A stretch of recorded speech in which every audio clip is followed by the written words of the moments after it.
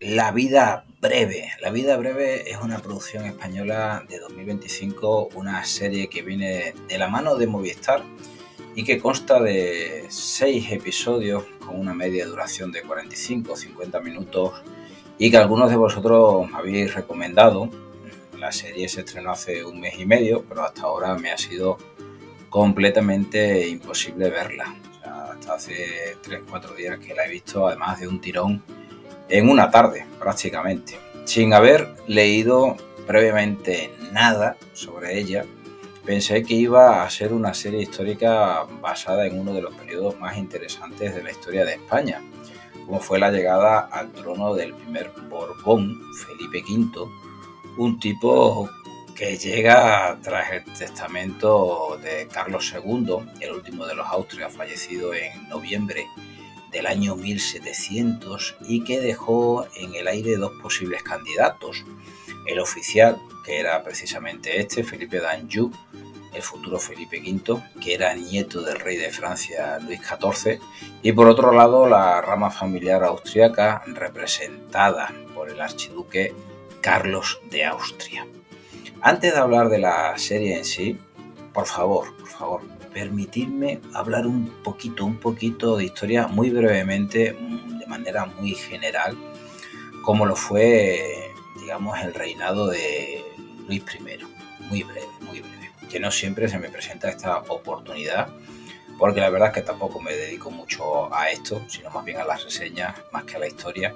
Y me gustaría poner un poco de contexto al asunto, aunque la serie no sea histórica, porque la serie no es histórica, sino una ficción basada en hechos y en personajes históricos.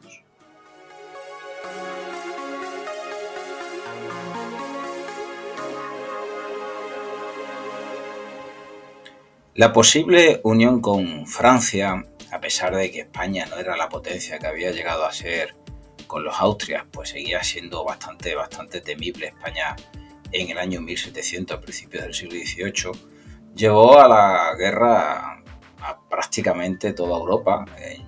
Algunos consideran que esta fue una guerra completamente mundial, la primera guerra mundial, esta guerra de sucesión española. Ante la posible inestabilidad de equilibrios, digamos, que se jugaba en Europa, o mejor dicho, a las guerras que tuvimos, porque tuvimos dos guerras, una a nivel internacional y otra pues a nivel peninsular, a nivel nacional, a nivel español, como queráis llamarlo, entre territorios que apoyaban al bando borbónico y territorios que apoyaban al bando austracista, que además pues venían a ser los territorios de la corona de Aragón. La gran beneficiada, como no, como siempre, pues sería Inglaterra, que consiguió agotar a España, se benefició con tratados en el comercio con los virreinatos y se hizo con territorios que hoy seguimos reclamando, como Gibraltar, pero también con Menorca, que se recuperó posteriormente. Aquí en Extremadura sufrimos profundamente la llamada Guerra de Sucesión, que nos dejó la región hecha unos zorros, con incursiones portuguesas y anglo-neerlandesas, en la que la ciudad de Badajoz, borbónica y mal defendida, fue sitiada durante el verano de 1705 y parte del otoño de ese mismo año. Creo recordar que estuvo asediada desde julio hasta octubre, y que es un episodio que apenas se recuerda, eclipsado por la Guerra de Independencia Española, en la cual Badajoz también volvió a tener un gran protagonismo. Pero igual de interesante, ya que va a dar como origen el reforzamiento de la ciudad bajo el sistema amurallado llamado Vauban, conocido por ese nombre por el ingeniero militar francés, que durante finales del siglo XVII y principios del XVIII, coincidiendo precisamente con esta guerra de sucesión española, pues se va a llevar a cabo en la ciudad de Badajoz. Pues tenemos que, una vez finalizadas las guerras que conformaron la llamada Guerra de Sucesión, la internacional primero, digamos, con el Tratado de Utrecht, famoso Tratado de Utrecht, y la peninsular o la española o la nacional, la guerra que teníamos aquí entre españoles después con la toma de Mallorca en el verano de 1715, pues Felipe V pasa a ser rey de las Españas, un rey depresivo que veía ranas y sapos, tenía obsesión por estos animales y él mismo se creía una rana. Otras veces creía que en realidad estaba muerto y se hacía el muerto, y en otras ocasiones creía que podía montar los caballos pintados en los cuadros. Vamos, estaba como una cabra en bicicleta, además de tener un trastorno bipolar y episodios de euforia sexuales. También tuvo una época de dar mordiscos, gritar y chillar o hacerse sus necesidades encima. Todo eso era Felipe V, entre otras cosas. No se sabe bien si fue debido a estas depresiones o quizás por la posibilidad de hacerse con el tono francés, pero en 1724 renuncia, abdica del trono español, cediéndoselo a su primogénito Luis I, algo por cierto que era una completa novedad y que nunca había sucedido en la historia de nuestro país, en la historia de España. Luis I, conocido como el Breve, era un joven de 17 años, casado con una princesa francesa, que estaba igualmente como una cabra en bicicleta, igual que Felipe V. Luisa Isabel de Orleans se llamaba la joven, una joven de 15 años, que lo mismo le daba por limpiar cristales que por pasearse en pelotas por palacio o subirse de la misma guisa a los árboles. Hubiera estado interesante ver al suegro y a la nuera, a Luisa y a Felipe V, en una de esas crisis simultáneas. La verdad es que hubiera sido una cosa interesante de ver. Luisa Isabel, que es la única reina de España que está enterrada fuera de España, creo que está enterrada en un cementerio de París, también gustaba de no lavarse y tenía la manía de tocar la comida habiendo testigos.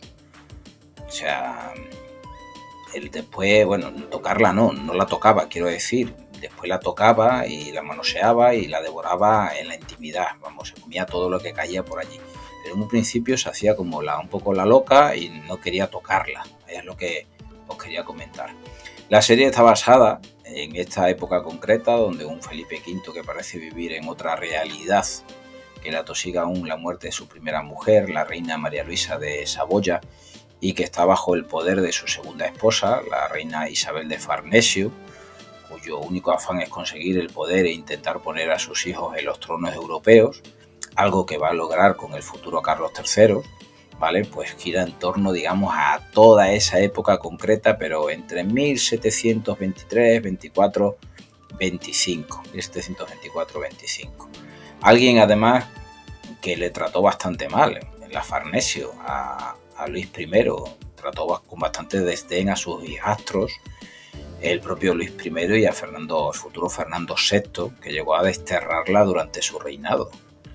La vida breve es un buen entretenimiento, aunque de sus 6 episodios hay 3 que me han parecido bastante aburridos, y donde los hechos y personajes históricos están tomados, prestados, para hacer una comedia ligera, con gags poco creíbles, como la referencia a los judíos 110 años después de su expulsión, la mención a colonias en vez de virreinato, la edad de los protagonistas o la presencia de Farinelli, que si mal no recuerdo no llegó a conocer, hasta donde yo sé, a Luis I y que llegaría a España unos 15 años después de lo narrado en la serie. Si partes de esta premisa, de que no es una serie histórica, aunque sí coincide y es fidedigna en algunos aspectos, y la ves como la comedia que es, pues adelante con ella. Te puede servir para despertarte la curiosidad e investigar sobre el periodo histórico, los hechos narrados y los personajes. En la narrativa hay muchas referencias, muchos guiños actuales a la España de hoy en día, a los propios Borbones, a la idiosincrasia de los españoles, y el anacronismo además campa a sus anchas en vestuario, música, casi todo en general. Tiene buena ambientación, pero también hay mucho anacronismo suelto, en pro, supongo, al entretenimiento y el acercamiento al espectador.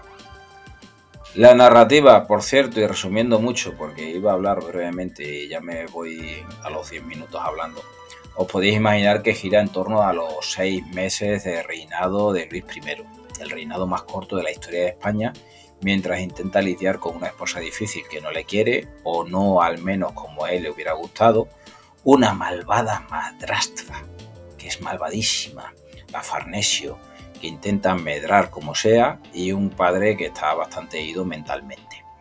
A ratos divierte con su acertada sátira y sin embargo a ratos puede llegar a parecerte lenta, aburrida, como he dicho antes, pierde el ritmo y con un gas un tanto repetitivo, algunos chistes un poquito buenos, que lo ves venir ya.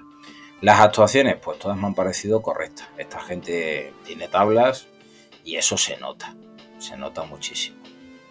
En definitiva, pues en su conjunto general me ha gustado, me he reído con algunos puntos, como os digo, y creo que merece un visionado. De nota, pues yo de nota le voy a dar un 6. Repito por tercera vez, no es una serie histórica y eso ha hecho que me relaje mucho a la hora de verla. Que si no, se hubiera enterado, la hubiera puesto a parir de un burro. Pero bueno, vamos a dejarla ahí. Yo la dejo por aquí, si veis La vida breve, me lo comentáis, opináis, me decís, que me encanta leeros y bueno, ver si compartís el punto de vista conmigo, si no, si estamos de acuerdo, o sea, todas esas cosas me gustan muchísimo. Y me largo, que me largo. Y antes de irme, como siempre, dos cosas. La primera, agradeceros de corazón que estéis ahí. Se nota mucho en el día a día. Muchísimas gracias. Y la segunda, que os voy a dejar por aquí un vídeo al cual no le voy a hacer ni caso porque yo sospecho que hasta aquí no ha llegado absolutamente nadie. Decirme adiós porque yo me voy. Nos vemos.